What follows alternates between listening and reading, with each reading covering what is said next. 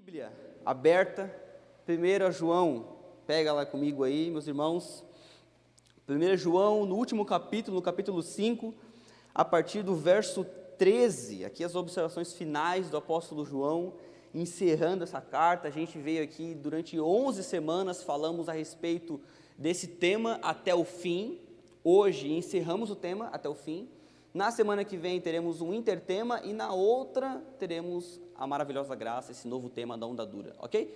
Então, hoje, para encerrarmos com chave de ouro, vamos ali lermos juntos 1 João capítulo 5, no versículo 13 em diante.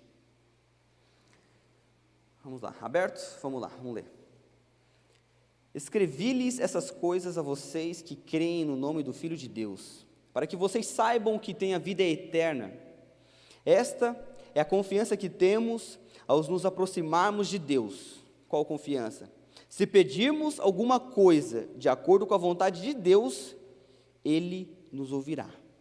E se sabemos que Ele nos ouve em tudo que pedimos, sabemos que temos o que dele pedimos. Se alguém vir o seu irmão cometer pecado que não leva à morte, ore, e Deus dará vida ao que pecou. Refiro-me àqueles cujo pecado não leva à morte. Há pecado que leva à morte. Não estou dizendo que se deva orar por este.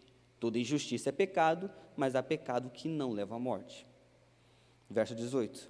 Sabemos que todo aquele que é nascido de Deus não está no pecado. Aquele que nasceu de Deus o protege, e o maligno não o atinge. Sabemos que somos de Deus e que o mundo todo está sob o poder do maligno. Sabemos também que o Filho de Deus veio e nos deu entendimento para que conheçamos aquele que é o verdadeiro. E nós estamos naquele que é o verdadeiro, em seu Filho Jesus Cristo. Este é o verdadeiro Deus e a vida eterna. Filhinhos, guardem-se dos ídolos. Vamos orar. Senhor Jesus, nós estamos aqui por Ti, Pai. Obrigado por trazer cada pessoa que está aqui nessa noite, por termos o privilégio de nos reunirmos como família, como igreja. Temos momentos de louvor, temos momentos de contribuir na Tua igreja. Tudo isso é uma dádiva que o Senhor concede a nós. Podemos ofertar, podemos contribuir, podemos louvar, orarmos uns pelos outros e sermos família. São dádivas que vêm do alto, Deus. Nós choramos ao Pai por tudo que será pregado aqui. Tira, Deus, a minha imagem do centro e se coloca aqui no meio de nós. Fale aos nossos corações, Jesus. Que essa noite seja uma noite eficaz, no sentido da pregação da Tua palavra, do Teu Evangelho, ser efetiva aos nossos corações. A Tua palavra é como uma espada de 2 gumes. E não queremos nos omitirmos dela, mas queremos ir de encontro a ela, Deus. Queremos ser transformados, esmagados do nosso orgulho, nosso ego, e que saiamos daqui diferente da maneira da qual entramos. Nós estamos aqui em família, em corpo, e oramos ao Pai, te pedindo revelação, discernimento, por tudo que vai ser pregado aqui. Oramos em Teu santo nome. Amém. Amém, meu irmão. Então João, ele encerra a carta dando algumas incertezas para os crentes. Você já tem acompanhado semanalmente as pregações da epístola de 1 João. Você vai ver que ele escreve para os crentes que faziam parte ali da igreja em Éfeso, porque dentro deles, no meio deles, tinham sido levantados hereges, falsos profetas, falsos cristos, da qual eles não negavam que Jesus existia, como não negavam que Deus existia, mas somente diminuíam a sua divindade, autoridade sobre todas as coisas. E fazia Jesus, Deus, como qualquer outro Deus. Nós veremos hoje, o título dessa pregação é Falsos Deuses. E veremos como isso é sutil no nosso meio. Como isso foi sutil para aquela igreja em Éfeso, e como isso é sutil nos nossos dias de hoje. Romanos diz que tudo que foi escrito para que nos auxiliasse, nos ensinasse os nossos dias. Então, quando você pega a sua Bíblia e lê sobre a nação de Israel, passando tudo o que passou na transição do Egito até a Terra Prometida, você compreende por meio do apóstolo Paulo que tudo aquilo que aconteceu com ele serviu para nós como exemplos. Então, ainda que nós, nos nossos dias, há mais de 2000 anos depois, com outros problemas talvez, tipo assim, você pode olhar e falar, não, mas é que faz tanto tempo, não se encaixa nos dias de hoje, o século 21. Mas, meu irmão, tudo aquilo que foi escrito para que nos auxiliasse. Nós hoje temos um privilégio de nos reunirmos como igreja, da qual aquela nação não tinha. Eles tinham lá a assembleia, uma reuniãozinha deles, mas a igreja é viva, efetiva no Novo Testamento por meio de Cristo. A gente vê a igreja sendo fundada de uma forma santa, Jesus fundando a igreja, e a partir daí os apóstolos vendo essa radicalidade, intensidade de igreja, e depois todo o problema adiante. Homens começam a deturpar aquilo que eram pregado. Homens começam a adorar outros deuses. Eles começam a vir com outros ensinamentos heréticos, hereges, falando que Cristo não era suficiente, de que a palavra dele não era suficiente. Desde então, após a reforma, a igreja começa toda aquela reforma, e aí os problemas mudam, mas continuam havendo problema na igreja, e nós até hoje, há mais de 2000 anos, continuamos em reforma dentro da nossa igreja. Precisamos cuidar, precisamos ter zelo com a nossa igreja. Na turma do Famalizando eu estava falando hoje sobre o que é a igreja, a importância da igreja, justamente por isso. Cara, nós precisamos olharmos para a igreja de Cristo, da qual hoje, Onda Dura, você está participando. O Senhor fundou ela. Ainda que nós temos a placa Onda Dura, ela é uma igreja espiritual, a noiva de Cristo. Jesus vai casar com a igreja, Jesus não vai casar com você. Jesus vem, casa com Felipe, e eu vou de mão dada com Jesus para a eternidade. Não, ele casa com a igreja. Você não é crente sozinho, na sua casa, longe. Eu não vou para a igreja porque a igreja erra, a igreja é isso, a igreja é aquilo. Você não é igreja sozinho. Então, ainda que dentro da igreja, naquele contexto, havia esses problemas, nos nossos dias nós não estamos livres desses problemas também, mas ainda assim há uma importância gigantesca de sermos família e igreja. Uma ordenança de Cristo para vivermos dessa forma. Então, João ele vem com certas certezas inabaláveis para o crente. Que certezas são essas? Certezas de que pertencemos à família de Deus, certeza de que Jesus Cristo é Deus, uma certeza de que aqueles que creem em Cristo têm a vida eterna, certeza da resposta às nossas orações, temos certeza de que Deus pode salvar pessoas da morte por intermédio das nossas orações, certeza de que os crentes não vivem na prática do pecado e a certeza de que Jesus é o verdadeiro Deus. Essas são as certezas da qual o apóstolo João, em toda a sua carta, nesses 5 capítulos, fala, da qual você tem escutado até aqui. Se você é visitante e você quer, estar mais por dentro, primeiro eu recomendo ler 1 João, e depois no canal do YouTube tem todas as pregações, você pode acompanhar lá e ver cada capítulo da qual a gente pregou semanalmente aqui, para você estar mais por dentro de tudo aquilo que a gente tem falado.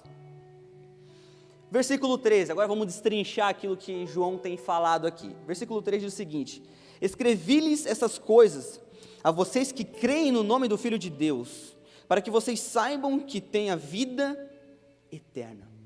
Então ele está encerrando no verso 13, as observações finais, a saudação final ali, concluindo tudo aquilo que ele falou em toda a sua carta. Olha, eu escrevi para que vocês saibam que tem vida eterna.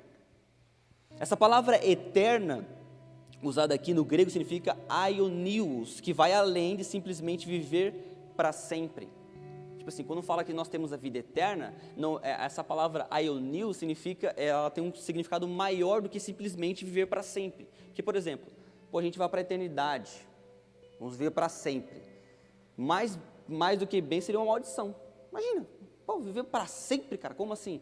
Então, nos nossos dias, você já viu alguns filmes, por exemplo, é sempre visto como uma maldição aqueles que são imortais. Fala assim, cara, imagina, eu vejo que eles caminham comigo morrendo e eu ficando para sempre. Então ele transcende esse simples exemplo de eternidade, de ser um cara que nunca vai morrer. Deus é eterno, Ele é a eternidade em si. Então, quando a Bíblia se refere a vivemos em eternidade com Deus, vai além de simplesmente não morrermos. Vai num relacionamento naquele que é a paz, naquele que é o amor em si, de comunhão eterna, de comunhão intensa, de comunhão da qual nós nunca desfrutamos na terra, que vai transcender aquilo que vivemos aqui. Por isso que a igreja, a igreja ela sempre aponta, ela não é o reino de Deus, ela aponta para aquilo que vai acontecer na eternidade. A igreja não é o reino de Deus, a igreja aponta, a igreja é um servo, uma serva do reino de Deus. Ela aponta para a eternidade, aquilo que viveremos na eternidade. Então é na hora de você praticar algumas coisas dentro da igreja, o amor aos seus irmãos, o orar pelos seus irmãos, enfim. Versículo 14.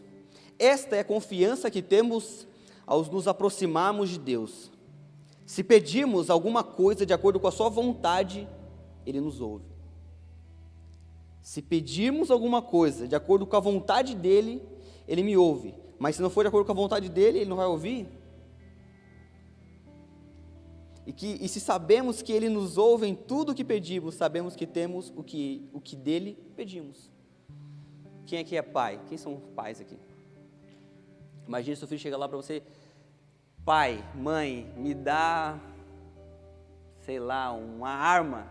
Fala assim, primeiro, um peteleco, se coloca no seu lugar. Não vou te dar isso, porque está pedindo coisa que não faz sentido nenhum. Deus é um pai, Deus é pai. Você chega para Deus e pede uma coisa que não tem lógica. Senhor, eu quero tanto isso aqui.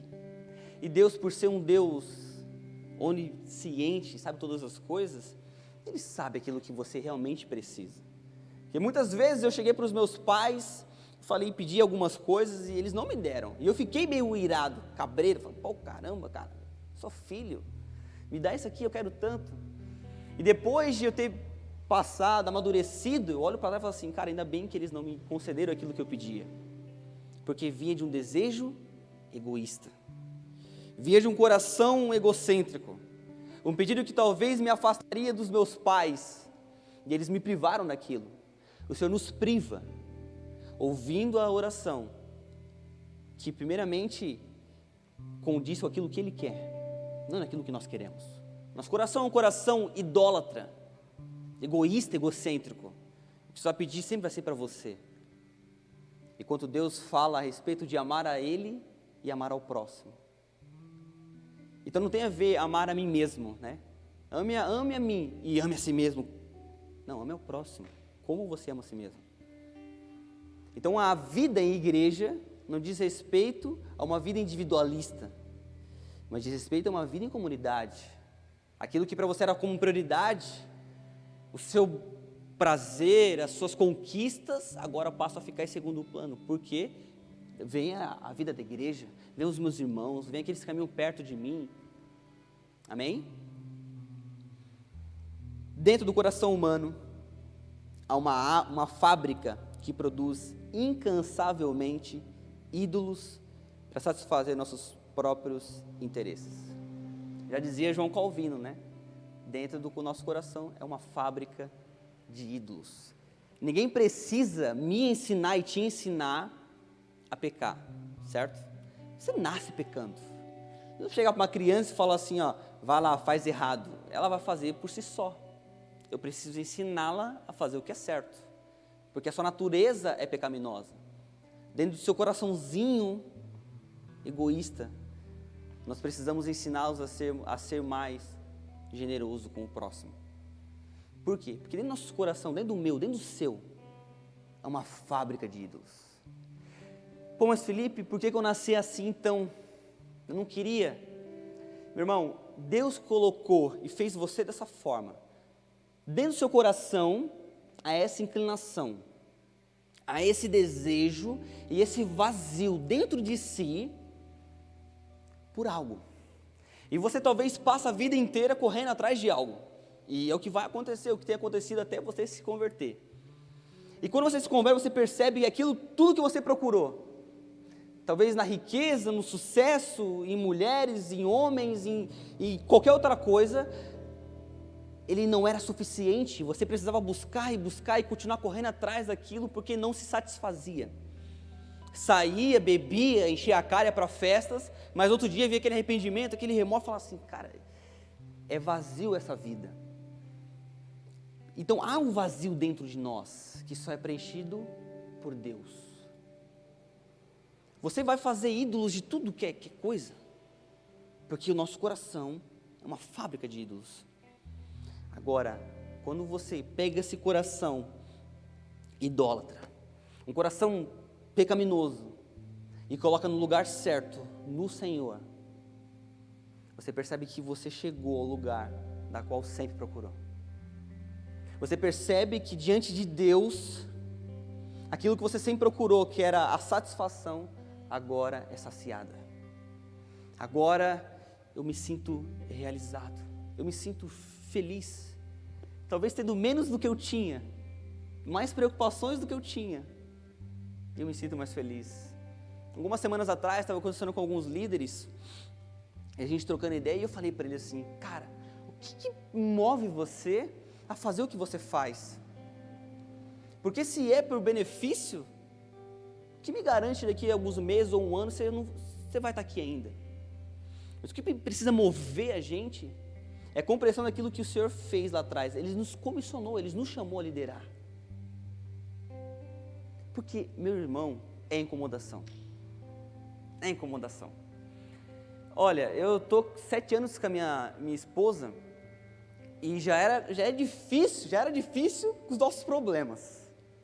Problemas dos meus pais, dos pais dela, só naquele círculo ali já era difícil. E agora, ter que lidar com o problema dos outros?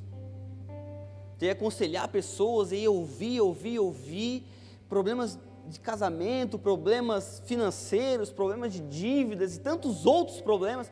Cara, que benefício isso traz, humanamente falando. Mas, meu irmão, o Senhor, se o Senhor te comissionou, entenda que, primeiramente, Ele vai te capacitar.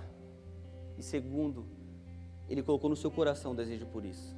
Agora, se você faz o que faz, querendo algo, desde o serviço na igreja, esperando alguma coisa em troca, não faz mais. Pode parar por aqui. Eu quero te privar de um sofrimento adiante. Não vai ser duradouro. A oração não é para que a minha vontade se cumpra nos céus, mas para que a vontade dEle seja feita na terra. A minha oração não é para que a minha vontade seja feita nos céus, mas que a vontade dEle seja feita na terra. Quando Jesus é indagado pelos seus discípulos, mestre, ensina-nos a orar. Então vem cá, meus filhos, vou ensinar vocês a orar. Primeiramente, Jesus chama o Deus, da qual eles tinham um relacionamento de servo e rei, o El Shaddai, o Todo-Poderoso, tipo um Deus tão distante. Agora eles ouvem uma outra palavra a respeito de Deus, o Deus Pai. Jesus vem e fala assim, quando orar, orem assim, Pai Nosso.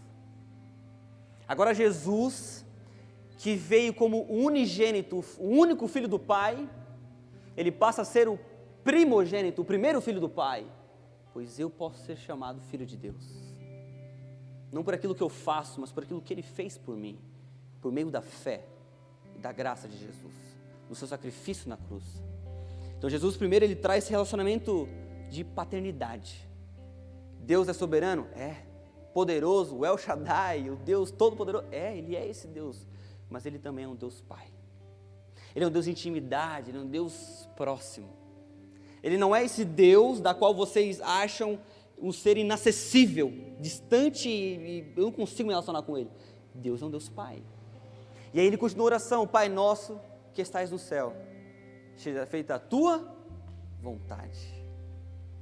Então Jesus compreendia que a oração não era um lugar para que Jesus chegasse diante de Deus e apenas pedisse aquilo que Ele queria.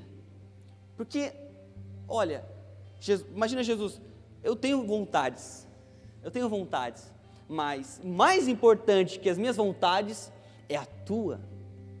E Ele encerra a oração, porque Teu é o reino, o poder e a glória para todos sempre, amém. teu é o reino. Jesus no Getsemane vai orar e a mesma situação acontece. Olha, Pai, se possível, afasta de mim esse cálice. Ele tinha vontades, ele orou pedindo, olha, minha vontade não é ir, mas antes da minha vontade está a tua.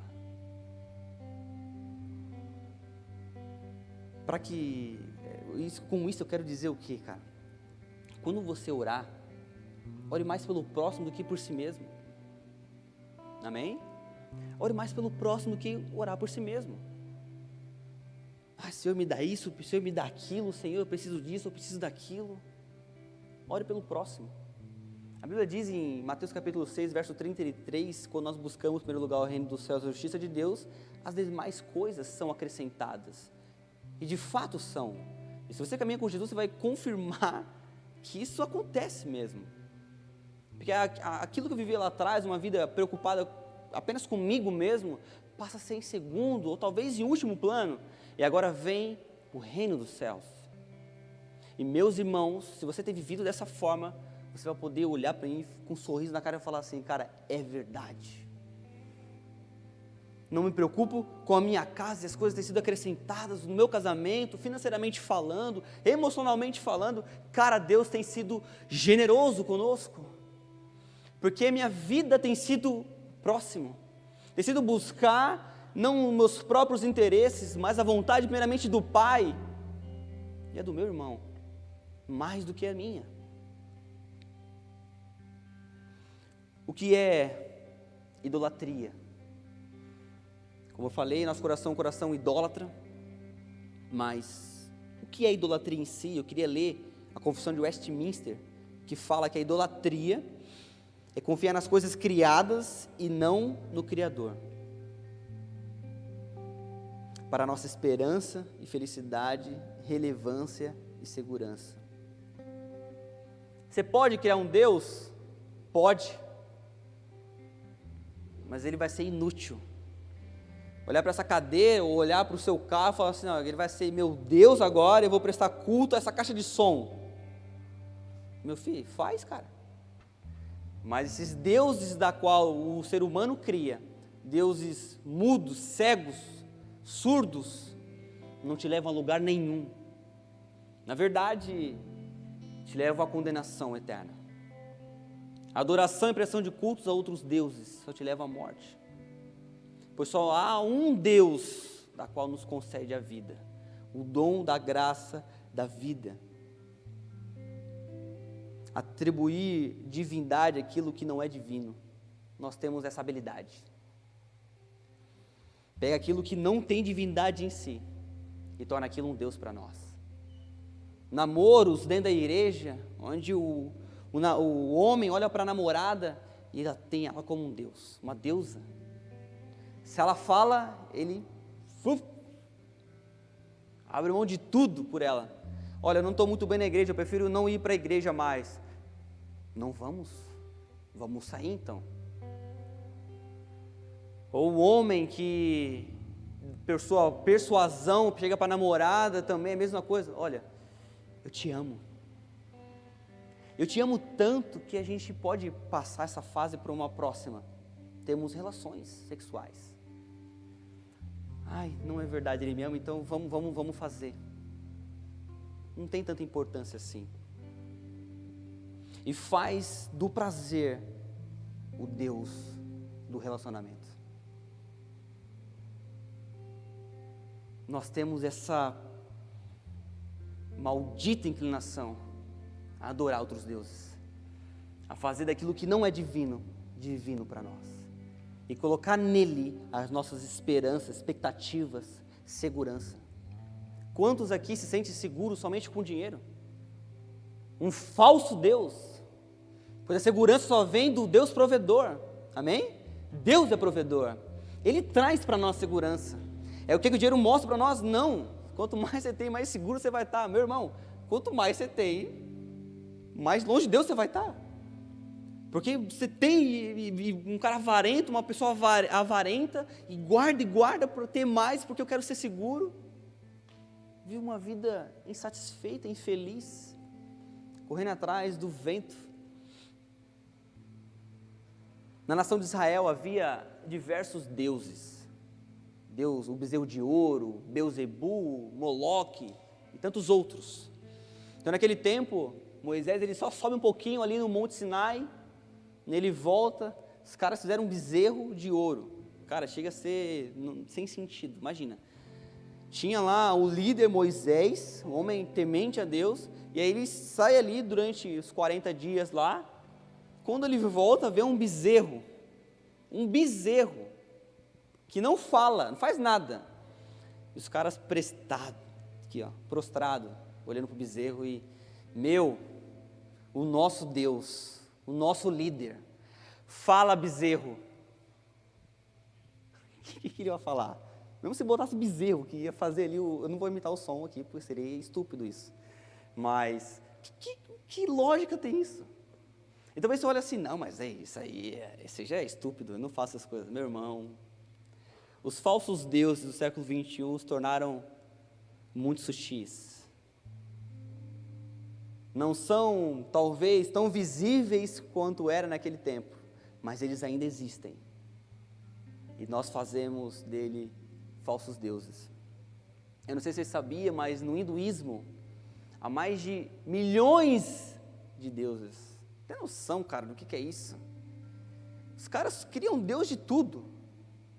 Eu fico imaginando, o cara andando na rua, tropeça aqui ó, na pedra, nossa, ele pega a pedra, tu serás o meu Deus, pois por pisar em ti eu poderia ter morrido, e agora estou vivo, apenas com o dedão sangrando. Eles fazem deuses, de tudo, cara, milhões de deuses. Que mundo idólatra. Vivemos em um mundo idólatra, meu irmão.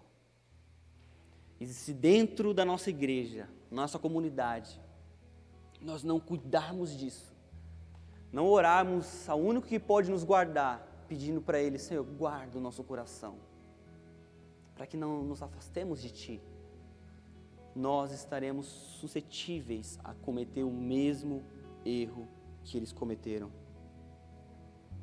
O dilema de João era que eles falavam de Cristo, mas não o Cristo das Escrituras.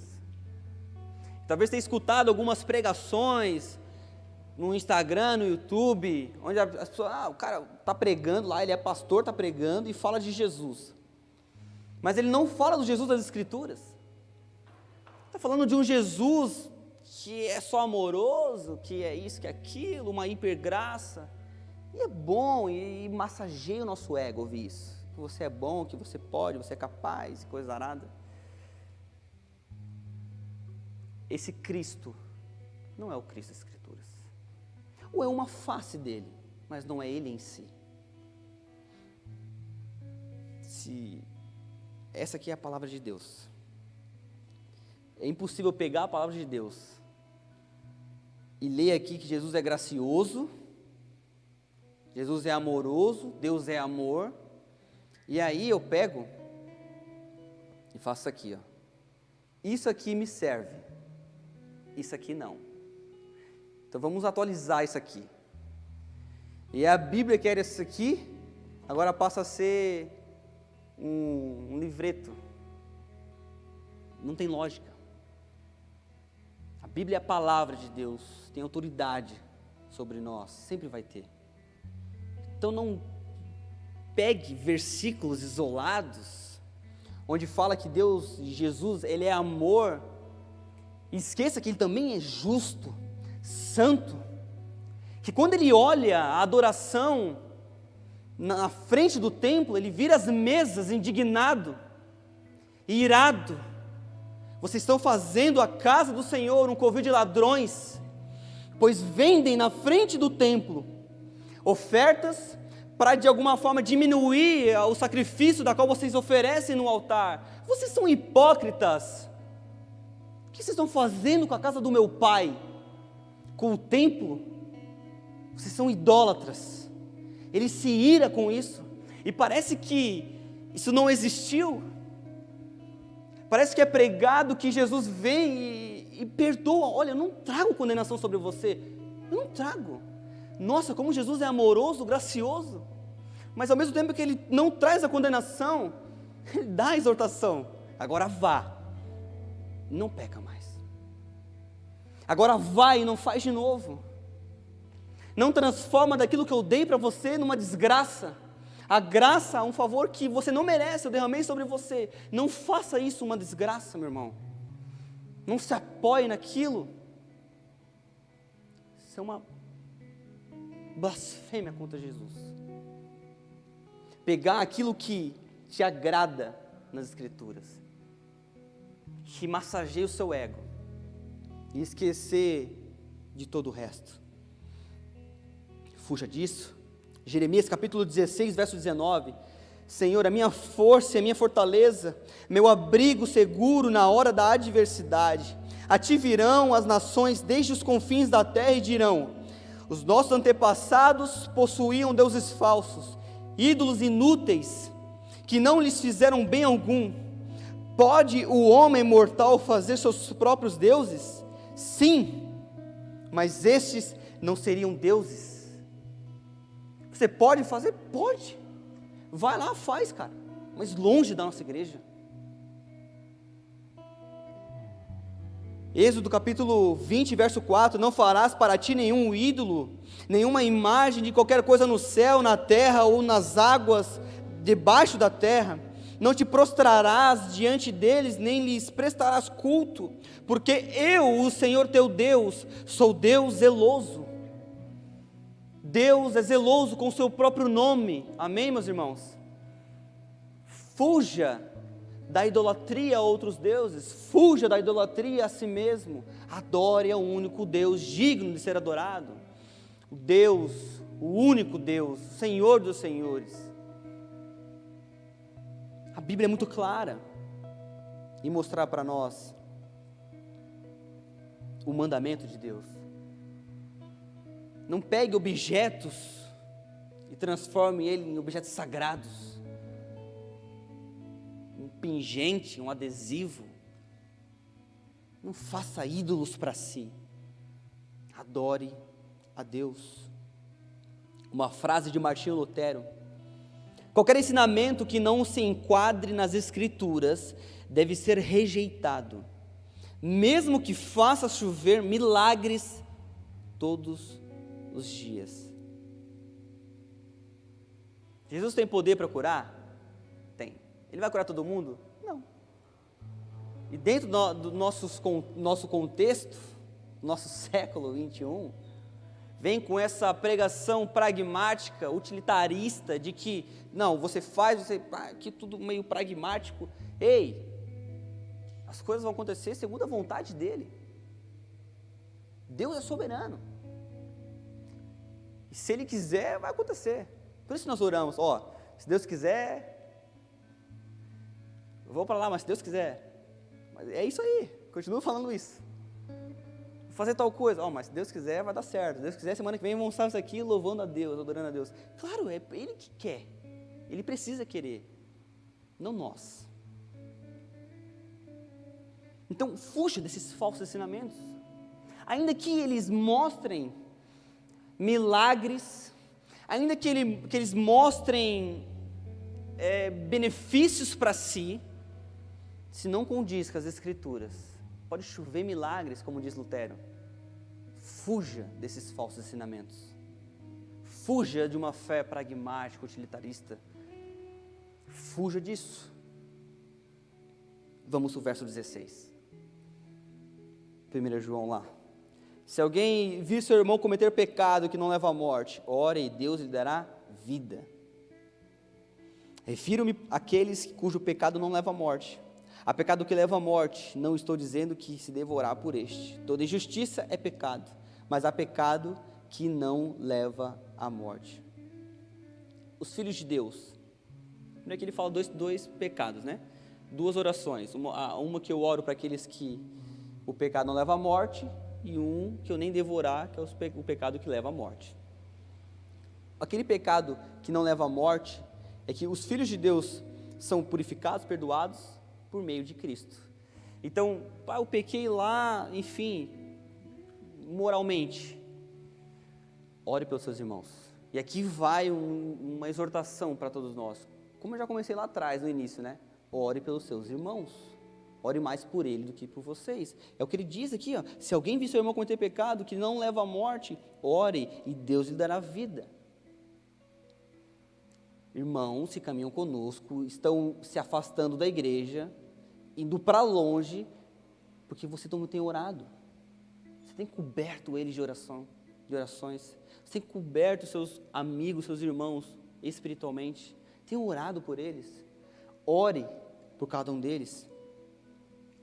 E o pecado que não adianta nem orar, era que naquele contexto haviam os irmãos que não que eles eram apóstatas, caminharam e aí negaram, que eles eram impostores.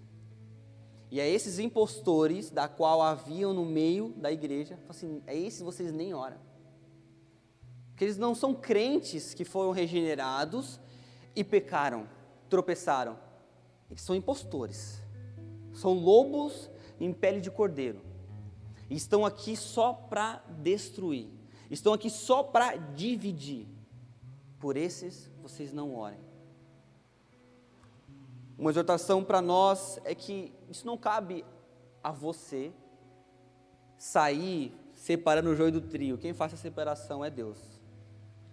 Mas dentro da igreja, haver um impostor que vem para cá só para dividir a igreja, só para sugar dela, só para plantar sementes do maligno, pode ter certeza que eu vou convidar esse cara a se retirar daqui, ou essa pessoa a se retirar daqui. Não orem nem por eles, que a palavra deixa muito claro para nós. Por esses nem orem, porque cedo ou tarde eles vão sair, ou se não sair eles precisam ser retirados. Como Paulo retira pessoas, pega lá, cara, ó, eu te convido a se retirar da igreja. Outros, ó, eu entrego para Satanás, porque isso aqui, cara, não é um cara que somente pecou, é um impostor. É um cara que não quer nada com nada, é uma pessoa que não quer nada com nada, a não ser destruir. Primeiro, nós devemos orar, e o segundo, não compensa orar por esses irmãos. Aquele que peca, mas crê em Jesus, tem esperança. E aquele que peca e não crê em Jesus, não tem esperança. Por isso que ele fala, não precisa orar. Pô, Felipe, eu errei. Você crê em Jesus, cara? Há uma esperança para isso. Confessa o pecado para que você seja curado. Vamos caminhar de novo, mais uma milha, levanta, bora para frente. Ah, cara, eu pequei. Crê em Jesus? Não, não creio, cara. Para ti não há esperança. Por que eu vou orar por você? Você nem conhece Jesus. Você nem aceitou Ele como seu Senhor e Salvador. Do que adianta? Não adianta orar. O problema não está em errar, mas sim na incredulidade. Verso 19. Sabemos que somos de Deus e que o mundo todo está sob o poder do maligno. Sabemos também que o Filho de Deus veio e nos deu entendimento, para que conheçamos aquele que é o verdadeiro. E nós estamos naquele que é o verdadeiro, em seu Filho Jesus Cristo. Este é o verdadeiro Deus e a vida eterna. Como que a gente tem esperança em um mundo depravado? Olha para o seu irmão do seu lado e pergunta para ele: como ter esperança em um mundo depravado? Pergunta para ele aí. Vou tomar minha água.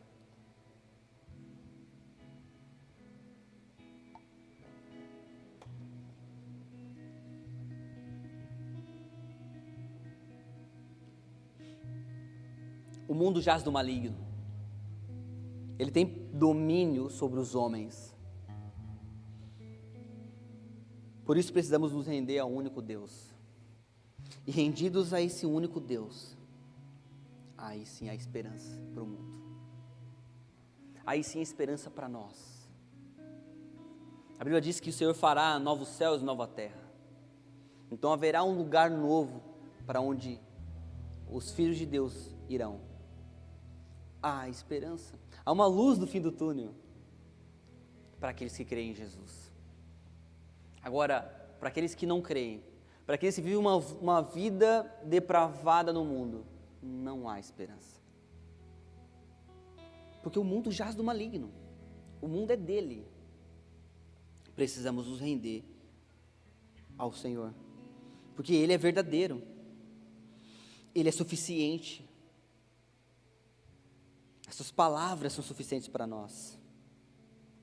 Diante dEle, somos fracos. Aliás, o lugar de ser fraco é diante de Jesus. Diante dEle não é lugar de você permanecer forte.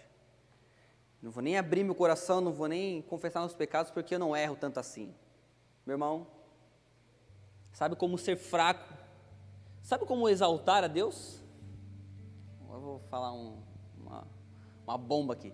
Como é que eu deixo o Senhor mais exaltado, vamos dizer assim? Claro que para nós é impossível, né? Ele tem todo louvor e glórias, mas simbolicamente falando, Deus está naquele trono soberano, tendo todo o poder e autoridade sobre todas as coisas. Mais do que eu falar aqui, quanto mais eu me abaixo, mais alto ele fica, mais longe ele fica. Por isso que eles tinham o hábito, no Antigo Testamento, de se prostrar com o rosto em chão. Eles deitavam no chão. Esse se prostrar, essa rendição, é para que ele fique mais alto, é para que ele seja mais exaltado. E eu diminuído. Que ele cresça ou diminua. Por isso que ao chegar diante dele, eu não chego de peito aberto, estufado e peço algo. Isaías tem um encontro, ele já cai e não consegue falar até que o Senhor venha e agora você pode falar. Agora você pode levantar, agora você pode fazer alguma coisa. Porque diante dessa santidade, a única coisa que eu posso fazer é me render diante dele. Então, diante de Jesus é o lugar de sermos fracos, não é o lugar de ser forte. E talvez tenha chegado até Jesus dessa maneira, de uma maneira forte, falando assim, não, eu não sou tão ruim assim. Meu irmão, você precisa conhecer a Jesus mais de perto. Versículo 21, chegando à reta final desse texto. Filhinhos, guardem-se dos ídolos. Guardem-se dos ídolos. É engraçado porque João ele não começa a carta de 1 João dando saudações, como era uma prática de outros apóstolos ali, e não encerra ela dando um tchauzinho, né? Tipo, que o Senhor vos abençoe, glória a vós, Senhor. Não, ele não encerra dando um tchauzinho, gente, tamo junto, nos vemos na eternidade. Ele encerra a carta falando para eles, filhinhos, guardem-se dos ídolos. Filhinhos, porque primeiramente o apóstolo João é visto como um apóstolo do amor. Ele se intitulava dessa forma, né? O discípulo amado de Cristo. Olha, o cara tem que ter culhão, né? Dá 12, e dos 12 ele fala aqui, não, o discípulo amado de Jesus. Caraca. Os outros 11 deviam olhar para ele assim, meu irmão. Ei, bem menos. Cara, o que tu acha que tu é quem, cara? O cara pescadorzinho ali, fuleira, mal pegava 2 peixinhos. Você tá falando isso aí que ele te ama mais? Mas ele se intitula como o apóstolo amado, o discípulo amado. Não porque Jesus amava mais a ele, de forma alguma. Mas porque ele se sentia mais amado por Jesus. Enquanto muitos correram, fugiram, ele estava lá com a mãe de Jesus, na cruz. Ele tinha o hábito de deitar no colo de Jesus ali. Ele é um cara amoroso. Por isso ele fala, filhinhos. Então esse cara que se sentia extremamente amado por Jesus, ele olha para os seus irmãos com zelo e fala assim, filhinhos, amados, meus irmãos, meus amigos, guardem-se, fujam, corram dos ídolos, não vivam uma vida idólatra. Guardem-se deles.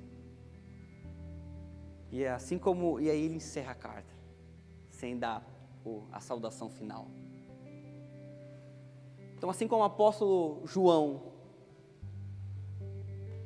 escreveu para aquela igreja em Éfeso, a respeito de toda a idolatria que acontecia lá, porque naquele tempo era difícil ser cristão. Havia deuses e mais deuses, a deusa Diana, havia ainda, como se já não fosse o bastante, teve vários outros deuses, muitos deuses. Ainda o imperador botou como regra o culto a César. Então, imagina ser crente naquele tempo. A cada esquina havia um culto. A cada esquina havia uma venda de alguma coisa. Olha, compra esse copo, porque se tu comprar esse copo, tu vai ver uma água que veio do Rio Jordão. E tomando essa água com sal, vai curar a sua hipertensão. Eles vendiam coisas lá. Isso acontecia a cada esquina. Então, ser cristão naquele tempo era difícil, meu irmão. E aí chegam os cristãos, batem no peito e falam assim, ó, temos um único Deus, um único, digno de ser adorado. O imperador César olha aquilo, como assim? Primeiro, vocês têm que prestar culto a mim, isso é uma regra, é uma lei. E segundo, tem outros deuses aí, tem outros caminhos, não tem só um caminho. Eles batem no peito, não, existe só um caminho, e são perseguidos, e são mortos, porque acreditaram a sua fé, toda a sua esperança naquele que é digno, naquele que é o único caminho. Meus irmãos, eu oro para que o Senhor nos faça homens e mulheres tementes a Ele, homens e mulheres que o adoram, porque é isso que Ele tem procurado. Desde o Éden, Deus tem procurado verdadeiros adoradores. Caim e Abel oferecem um culto ao Senhor. E Ele aceita um culto da qual vem por meio da fé. Porque Ele sempre procurou isso. Ele sempre esperou isso. Pessoas que o adorem em espírito e em verdade. O mundo inteiro louva e adora ao Senhor. As baleias louvam a Deus, os animais louvam a Deus, como dizem Salmos. Todas as galáxias, os planetas louvam a Deus. Tudo é uma grande sinfonia para Deus. A terra está cheia da glória de Deus. Meu irmão, seja participante deste louvor a Ele. Tenha esse privilégio, queira participar disso. Não deposite a sua confiança em falsos deuses. Não deposite a sua confiança naquilo que não traz segurança nenhuma. Só Deus traz segurança. Só Deus pode preencher o vazio que é no seu coração. Só Deus pode fazer essas coisas. Para encerrarmos, eu queria ler uma frase de Agostinho, que ele diz o seguinte: fizeste-nos, Senhor, para ti, e o nosso coração anda inquieto, enquanto não descansar em ti. Vou repetir a frase. Fizeste-nos, Senhor, para ti, e o nosso coração anda inquieto, enquanto não descansar em ti.